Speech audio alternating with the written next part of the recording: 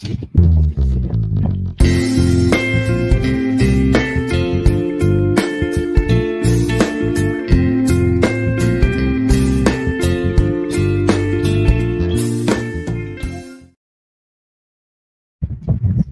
there, good morning. Welcome to another edition of Knocks to Nuggets. My name is Lola Odeyale Ayo-Fashida, and it's such a joy to come your way this very beautiful Monday morning and the first Monday in the month of June. Happy new month to every single person watching me right there. And thank you so much for giving me a share of your time. I do not take it for granted at all. And like I will always say, please like the video, share it, let somebody out there know that there is something called Knocks to Nuggets. I really appreciate you. And for everyone that will watch after, thank you so much as well for giving me your share of your time. I don't take it for granted at all. Together, we are building a community that's adding value and touching lives. And today we are continuing in the series on parenting, and I have a formidable personality in the house today. You know, in the past few weeks, we talked about parents, about children, their personality type, how to guide without breaking their will. We said so much about that. But today we are talking about catching them young. And I have a fantastic personality in the house today.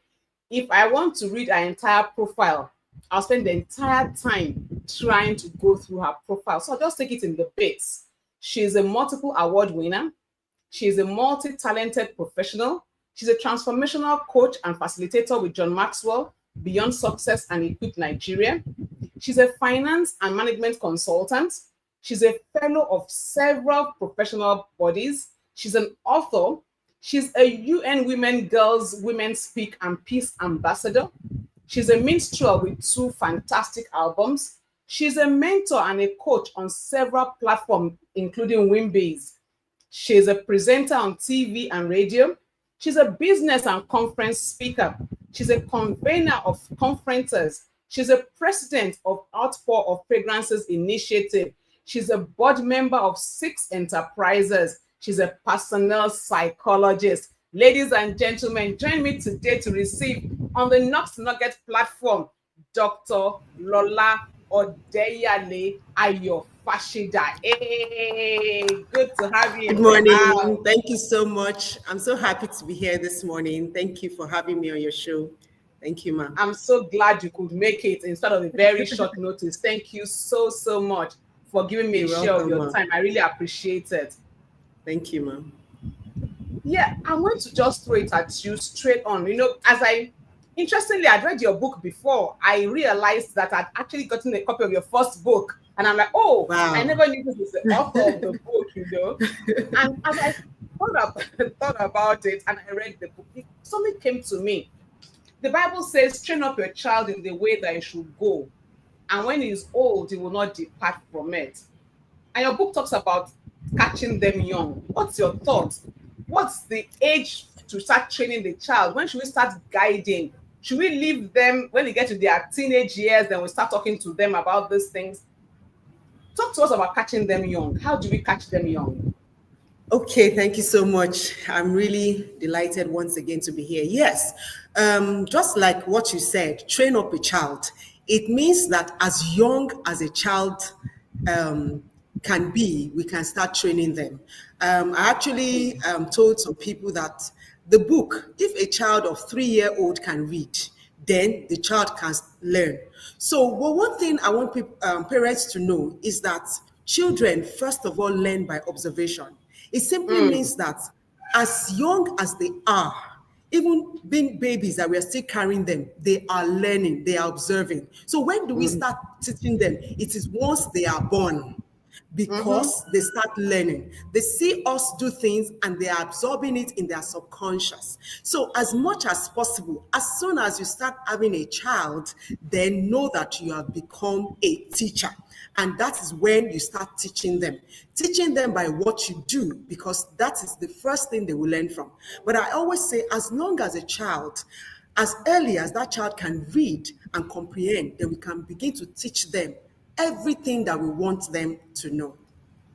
Thank you. as early as a child can comprehend from birth, because they watch us. And you're so right. They watch us. That's why you see children sometimes do something and say, ah, that looks like what I would normally do. You never told them to Yeah. do it, but they watch you, they've seen you do it again and again, and then they just do it. And then that buttresses the fact that do as I do, not as I say. Yeah. Because if them don't do this and you're doing it, they're going to do it because they are seeing you do it. They're going to copy you, you know. And you said something, said as long as the child can read, you know, what are the principles that you should start teaching early? I know I particularly was interested in your book of jazz. What are the but talking about money management at that age? I'm like, wow, you're teaching children about money at this age. What are the things we should start teaching, and when should we start teaching them? Wow, there are so many things to teach children as early as we can. First, I will talk about teaching them responsibility in terms of making them do some things, some chores in the house. For example, bring your plates. If a 3-year-old can carry his plates, why not? There are plate specifics for ages. So we can say, okay, Yeah. go and bring your plate. This is how to clean. Even if they don't do it, we can, put them through doing it. So I would say that the first thing to teach children is being responsible, learning to do house chores. And as early as you can, 2, 3, oh, go and get that cup, the plastic cup, the red plastic cup, because specifics help children a lot. So when we go to the extent of saying, go and get me a cup, they may not be able to. But if you say, you see that plastic red cup that is in this place, it makes it easy for them. So we teach them responsibility and break it down for them. Another thing we teach children is sex. As early as we can, we teach them to be able to keep themselves. I tell parents, you don't have to say, call the names of these private parts in another name. Tell them what it is and explain to them, how they can keep themselves. I remember a song that I taught my children as early as, I think when she was 5, I taught her, that you need to, keep your private part private to you, and in form of a song. And as we're doing that, I was showing her those parts and making her, it was coming like a song, but of course she will learn the song and over time learn Yeah. it. Another thing is money. Sincerely, I'm so passionate about teaching money management, financial literacy, financial management, not only to adults, but to children. Sincerely, because the earlier they know it, the better. Because when Yeah. you talk about money, there's so many things around money. Mindsets about money, people love money more than life. All of these things are things we need to teach children early to say, come, money is a tool. It is not itself something that is like an ultimate. Because you see Amen. some children, they will go to the extent of getting money. We hear of teenagers doing some absurd things just because they want to make money, because they were not taught the rudiments of money at a tender age. To say money is a tool and it actually answers to the one who owns it. So how do they handle money? So I felt as long as early as a child can read, and that I will keep saying that if the child can read, then that child needs to be taught about money. For example, you give a child, you'll be amazed that if you give a 3-year-old 100 naira and 500, he knows the difference. There was Yeah. a time I just tried it with I think a 4-year-old, and then I brought 200 and 1,000, and I said, pick one. And I was amazed. He went for the 1,000. And I was like, do you know how much that is? And he said, yes, mommy, is 1,000 naira. And I was like, hey, my God. So it means that as young as he is, he can understand money. So that is another principle we need to teach children. Of course, other principles like personal hygiene, we need to teach them cleanliness. There's so many things we need to teach them, but I'm particular about helping them with the area of money, because I see that a lot of people grow up, not understanding, financial literacy, money management, and they apparently misuse it or misuse the opportunity when they handle such money. Thank you. You are so right. You know, one of the things that I mean, talking about money now, a lot of people grow up chasing money because they don't even understand Yeah. that money is a tool.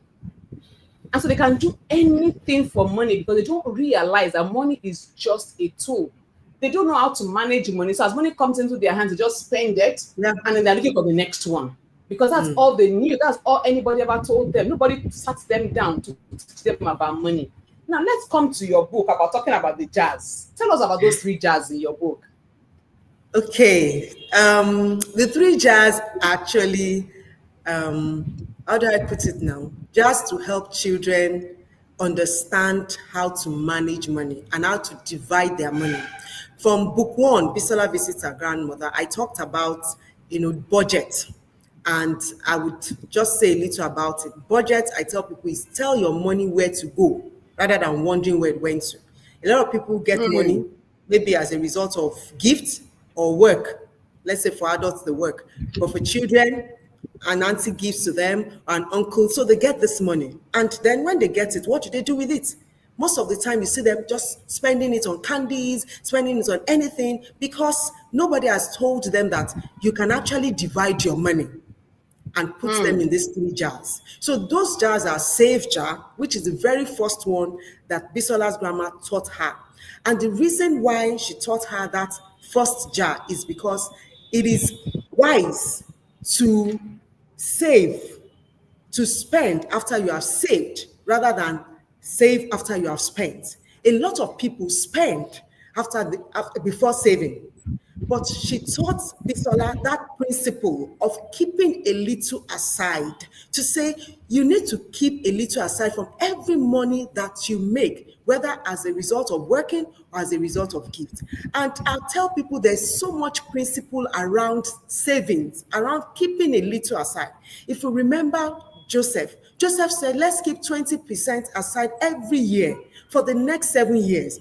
And look at the power of compound interest. 140% that was kept for 7 years took them for another 7 years.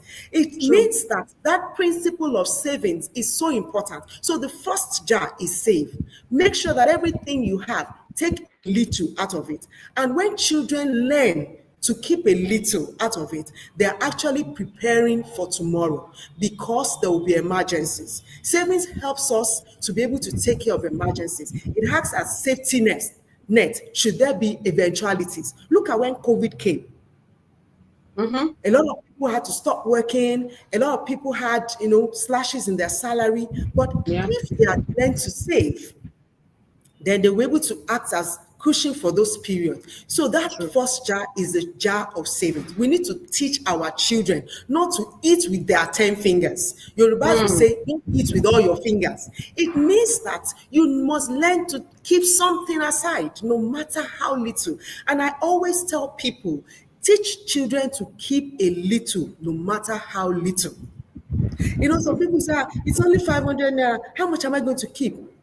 People say, okay, 10%, whatever. But I say, whatever percent you can afford to keep, make sure you keep it. So let's teach them that they need to take out a little from every money that they get, because it does a lot of things in the future. Not only does it help them in emergency, not only does it help for, as a safety net, when you apply the power of compound interest, you'll be amazed what it gets. Now, that is the first jar. The second jar is a spend jar. Now, a lot of people spend money and spend it anyhow. And that is why Bisola's grandmother wanted to teach her how to spend wisely. For this jar, children need to know that yes, there is need to spend, because most of the time when they get money, that's what they do. But when you are spending, you need to spend on the things that you need. At this point, you must be able to differentiate, what are my needs, what are my wants. Needs are the things that you need for survival. And I was teaching children some time ago, and I said, "Oh yeah, tell me your needs." And they said, "Food." I said, "Okay, it's okay. Food is a need, but tell me, you can also have wants inside food. So you must be able to actually say this is a need." Because, for example, junk food is not a need; it's a want. It's something that we just want to have. But if we look at it, it's over time, we will not do so much good to our body. Once in a while, we can give ourselves a treat. But children need to know that, okay, in this jar of spending, I need to spend wisely. What do I spend on? What do I use my money for? Is it for things that are needs? Is it for things that are important? Things like food, shelter, education, love for God? Are those the things I'm spending my money on things that are not even doing me good? I'm spending money so much on watching, playing video games.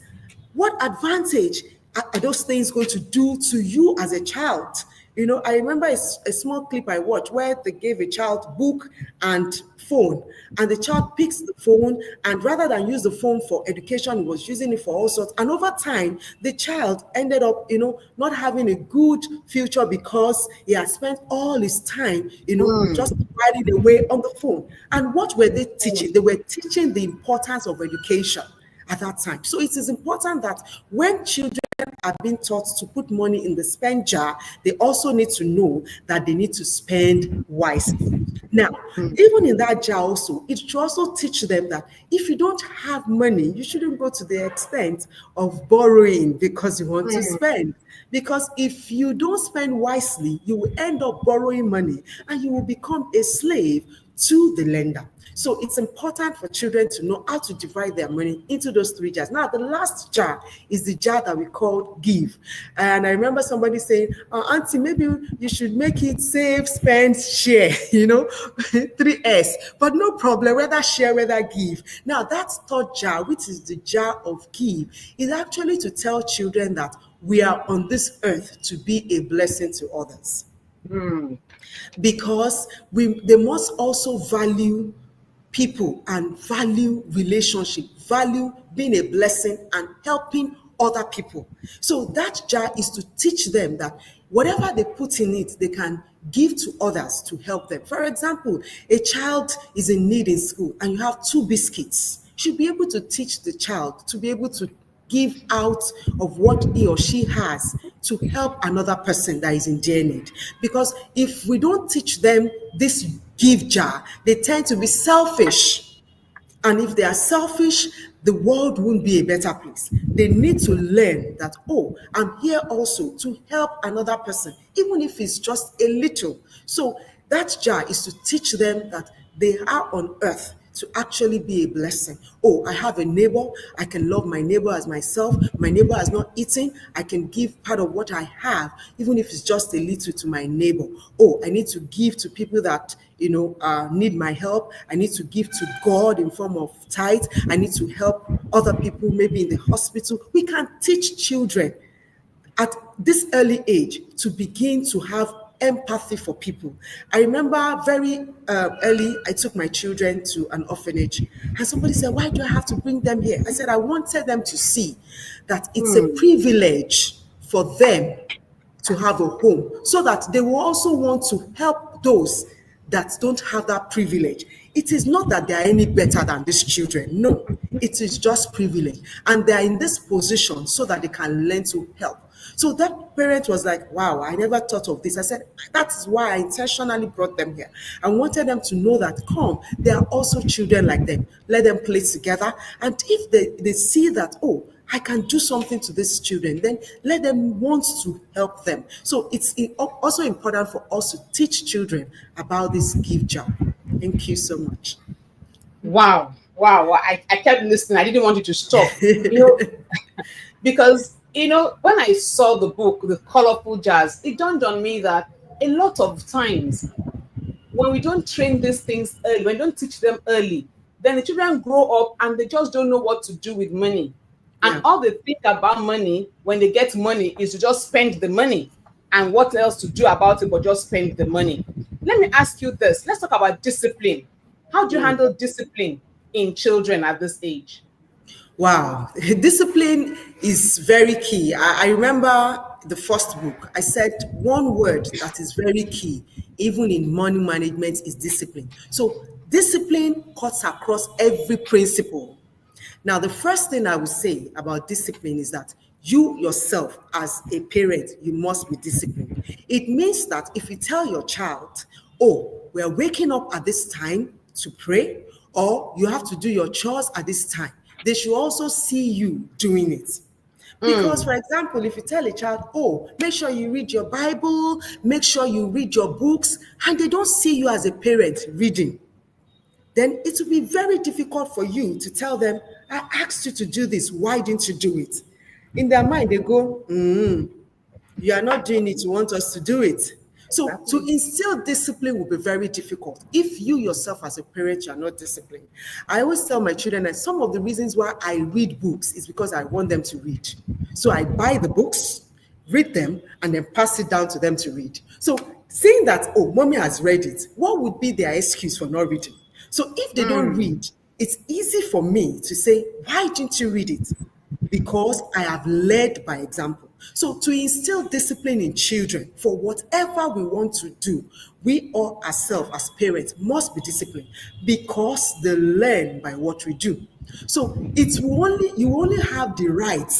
I tell parents you only have the right to correct a child when you yourself you are in right standing.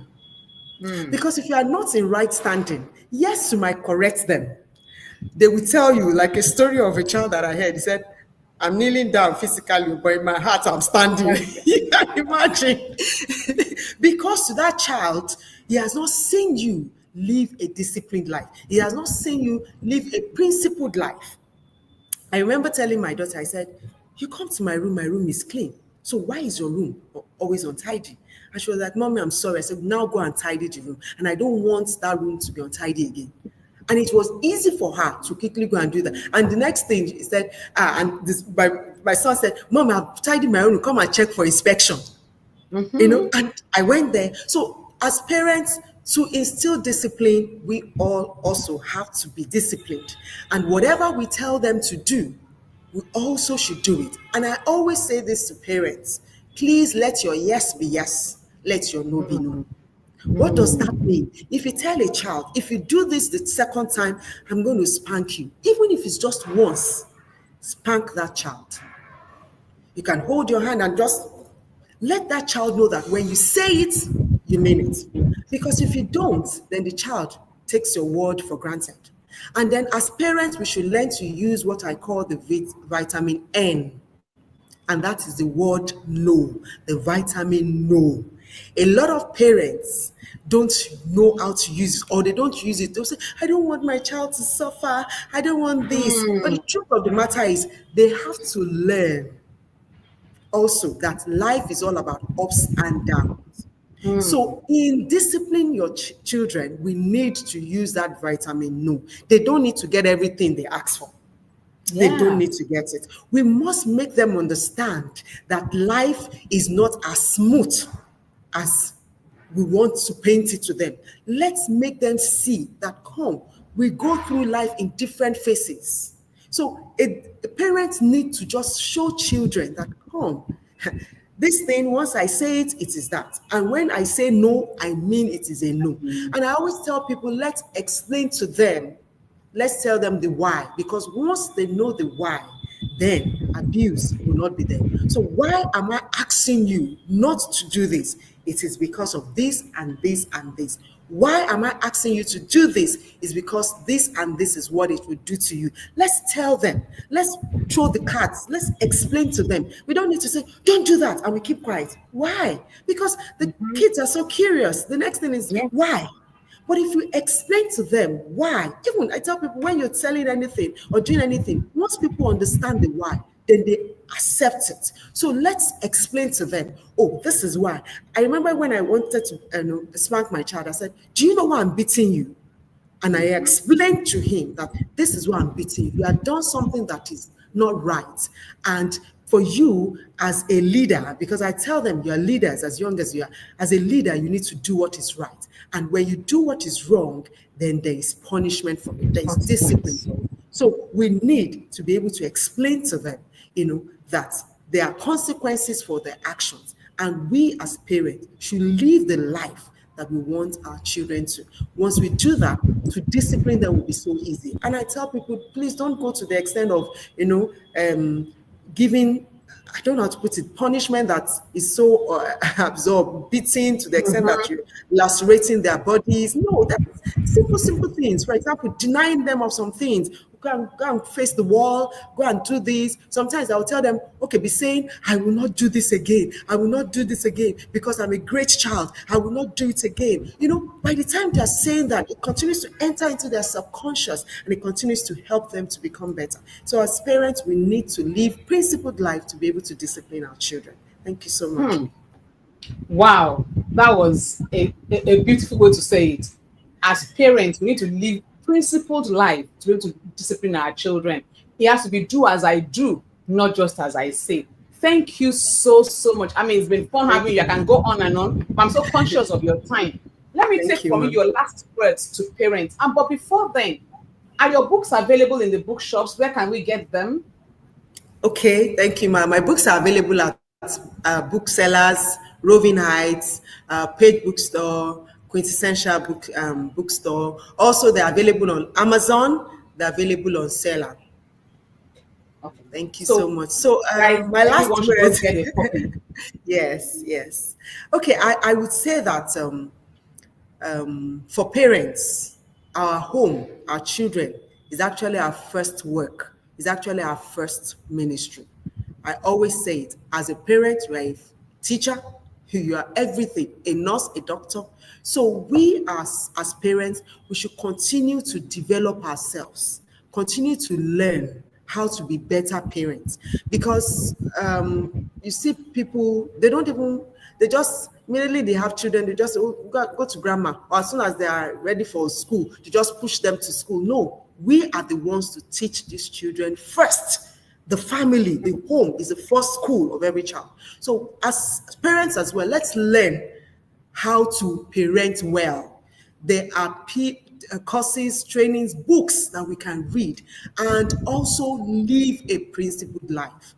Live out what we want these children to actually emulate, because that is the first and best way they learn, by observation and by doing what we do. So we also should learn to do what is right at all times so that our children can pick from us. Thank you. Thank you so much. We must learn to do what is right so that our children can pick from us. Thank you so much for being with me Thank you, today. ma'am. And like I will Thank you. always say, the reward for good work is more work. So I will come again No sometime problem, soon. ma'am. Thank you so much, ma'am. Enjoy the Have a rest of your wonderful day. day. Thank You you. too, ma'am. Wow, that was so much to chew. I mean, she just said it well. There's really practically nothing to add. She was very clear, down to earth, applicable, things that you can just pick and run with immediately. You don't even have to do much to all of those principles, but just to apply them.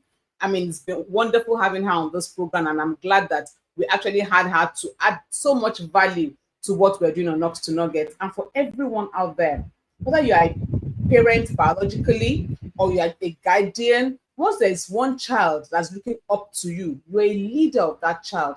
All those principles work and you can apply them to your everyday life. Let these children copy the right things from you. Be the example, be their role model, be that person they can follow and not miss destiny. It's been amazing talking today on catching them early. And next week, let me hide it. We are no, is it okay? We'll find out. It's still on parenting next week, and I'm sure you will enjoy this one as well. You will really enjoy it, I'm sure. Just mark your calendar, mark your diary book. I mean, tell yourself you will miss next week's edition because it's going to be fantastic. And until I come your way next week, Monday, another edition of Knox to Nuggets. Remember, please like the video, share it, let somebody out there know about Knox to Nuggets. And for everyone that's joined me live, thank you so much. And for everyone that will watch after, thank you again and again. I look forward to seeing you same time next week, Monday. Until then, remember, if you can think it, you can be it. And yes, you can have it. And as always, together we win. God bless you. Enjoy the rest of your week. Bye for now. Thank you so much.